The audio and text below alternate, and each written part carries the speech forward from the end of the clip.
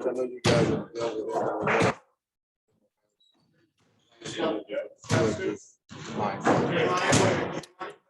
I think you just said it. We've dealt with certain parts of the season that just come up. Injuries are a part of them. We're not sure, the severity of it all. We didn't practice today, and that's all we have to report. But we're built for situations like this, and that's why the player development program is so important. So we'll just not move forward because that sounds kind of weird, but you just have to deal with stuff as it pops up.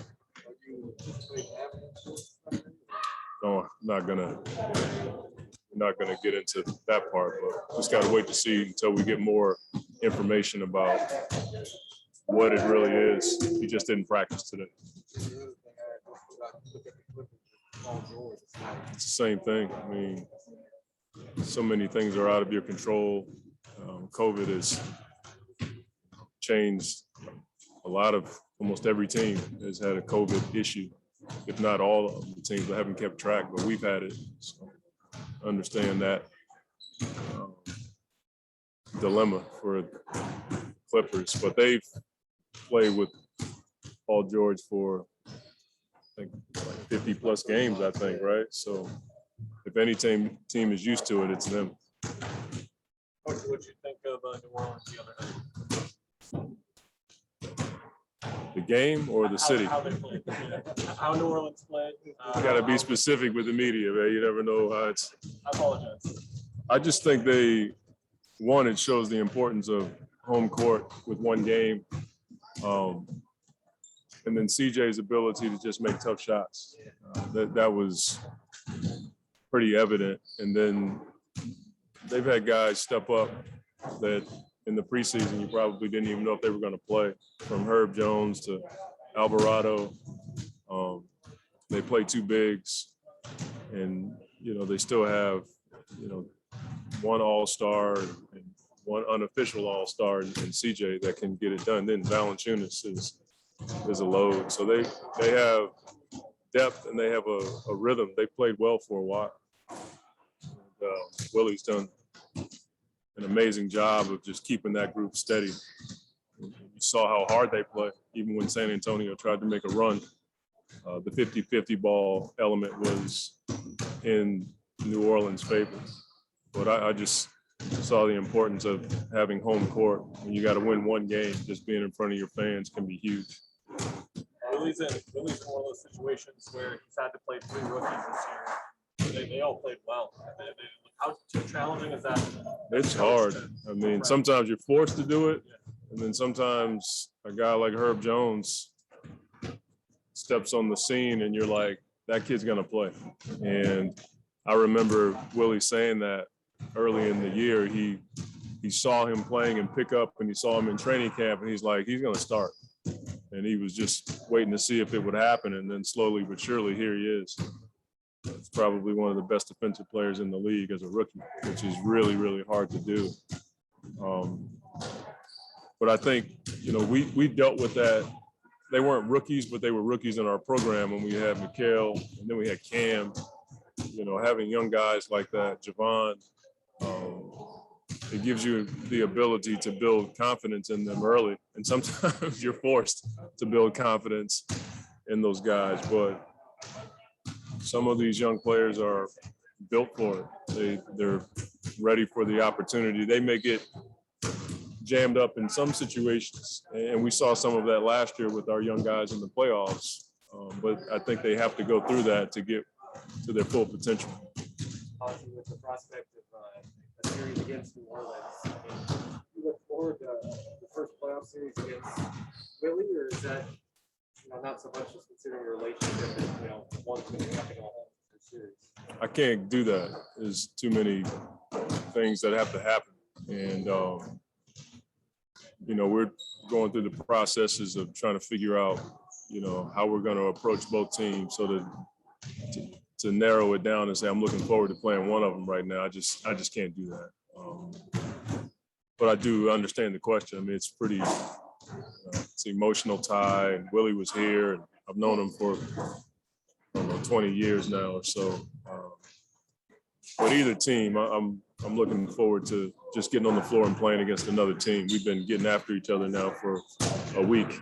The guys may not admit it. Some of them might admit it, but they're sick of hearing from me. We've been going through stuff a lot the past few days, so I know they're chomping at the bit to get back on the floor and play against somebody else and win against somebody else. How is that sub-scout process going? You talked about tightening the screws in a couple of areas. How do you feel about this? I think it's gone well, just from an information and absorbing standpoint. You don't know until you get back on the court. So we try not to. The one thing I don't want to do is overdo it and overthink it when it comes to certain things about our team. I mean, we were good this year, but there's always this pound the rock mentality where you can hopefully move the chains in one or two areas, and that can make us a better team with the record we have. That's exciting. But I think it's gone well. Our team has always taken the information that we've given them and tried to apply it to the game situation, whether it's rebounding, whether it's making adjustments, preparation for certain teams. Like, they've always been really good at that. And for me, I don't want to abuse it by overdoing it. So we've tried not to like chop every tree down this week. We've tried to tackle a few trees with the hopes that it can just move the chains for our team a little bit. And I think that's what you want to do, is just get better a little bit at a time. Monty, I was curious on your perspective for a game like tonight. The guys, it sounds like they're going to get together. Is Sure. this the type of game where you buckle down in your office and watch it that kind of way? Yeah, it's one of those games where probably not a good idea to come in my office. Don't have much time. No, my kids come in and out, and I have a chair in my office just for my kids so they can come in and relax. It's basketball. Look, it's not war. You know what I'm saying? I don't have any overdue bills, or nobody's asking me to go fight for my country. It's still a game. So I don't ever want my family to feel like they can't come into my office when I'm getting stuff done. And they're just as excited and ready to see who we're going to play too. So when they do come back there, they just want to sit and be with Dad. I think I used to be a bit of something I can't say, but now I've just learned that they're a part of it, and I want them to feel free to come in and bother me at times. Is it a late night for you though? Once you know your opponents, like activate plan A and stand up? I think all the nights are late for coaches. You know what I mean? Even when you're sleeping, you're still thinking and waking up. Right, and I've learned how to use the notes on my phone, so I can just wake up and put a note in my deal or send a text to the coaches about something and we do it amongst each other. So I don't think that's a bad thing. It's like my job is what I love to do, so I don't look at it as work all the time. So it'll be a late night, but not a bad night. I think it's exciting where we are. Talking to Coach Van Gundy, James Van Gundy, he was saying that he doesn't have a vote, but he has McHale, third team. Third, all NBA. It's pretty cool. When you hear someone obviously, hey, coach in the league, coach high quality players, speaking that highly of a guy that's the most part of his career going to be this 3-and-D guy. What do you say to that? My first response is I hope McHale didn't hear it, because his head's getting big enough as it is. That's first. And secondly, I mean,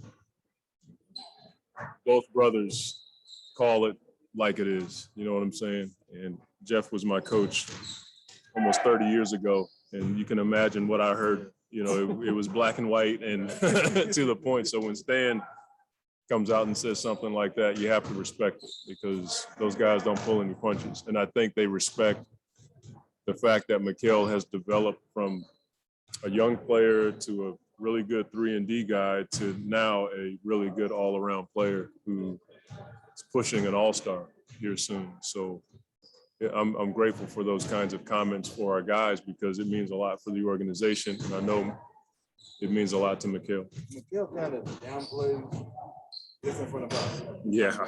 Yeah.